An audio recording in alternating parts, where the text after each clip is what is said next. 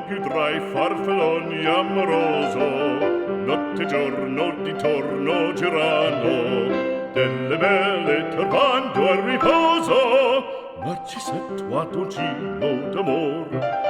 Delle belle turbando al riposo, Narcisetto Adolgino d'amor. I guess you always have a soft spot for the first car you owned. In 1974, our first car was a Fiat 126, which we flew to Aberdeen when I was posted to the airport at Dice, and it was absolutely remarkable around the Grampians, being rear-wheel drive with rear engine, kind of a bit like a Porsche in principle. This was in the development stage of North Sea Oil and Gas, and when we moved to Edinburgh, followed by Humberside, the little Fiat came with us. Actually, our second car was also a Fiat 126.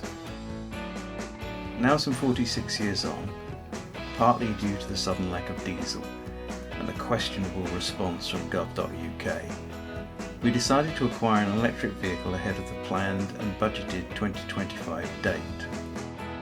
It is, I think, also preempting the imposition in Norwich of a strategy, probably not too far in the distant future, whereby if you're not dressed in lycra and on two wheels, you could be in some serious trouble.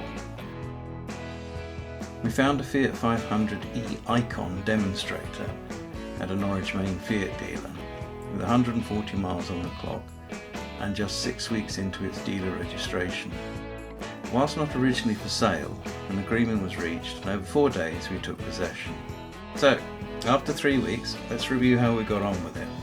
Firstly, the tax is 0.00, which is good now, but I fear that this will rise in the future, if not next week, in the budget. Insurance is roughly £240 per annum, which equates roughly to about 70 pence a day, so it's not bad. The charging was simple, using the supply cable straight to an outside 3-pin socket. Real world range. Well, we're quite comfortable with the 165 miles shown on the clock, given that I'm driving in standard mode and not the Sherpa, which is the maximum range, or the maximum regeneration on the single pedal.